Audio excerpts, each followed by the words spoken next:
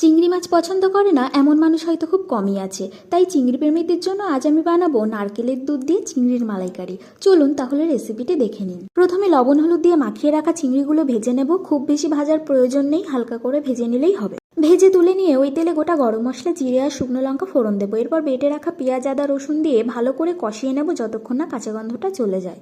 এরপর tomato puree দিয়ে ভালো করে কষিয়ে দেবো। ধনে, জিরে, শুকনো লঙ্কা, হলুদ গুঁড়ো, কয়েকটা চেরা কাঁচা লঙ্কা আর সামান্য চিনি। নেড়ে চেড়ে স্বাদ মতো লবণ দিয়ে ভালো করে কষিয়ে নেব মশলা থেকে তেল ছেড়ে দেওয়া পর্যন্ত। দেখুন মশলা থেকে তেল ছেড়ে দিয়েছে। এরপর দিয়ে দেবো ভেজে রাখা চিংড়ি মাছগুলো। মশলার সাথে একটু কষিয়ে নিয়ে দেবো নারকেলের দুধ। নারকেলের দুধ দেওয়াই দেখুন কালারটা কত সুন্দর লাগছে। যারা যারা এখনো এইভাবে ট্রাই করেনি তারা অবশ্যই একবার ট্রাই করবেন।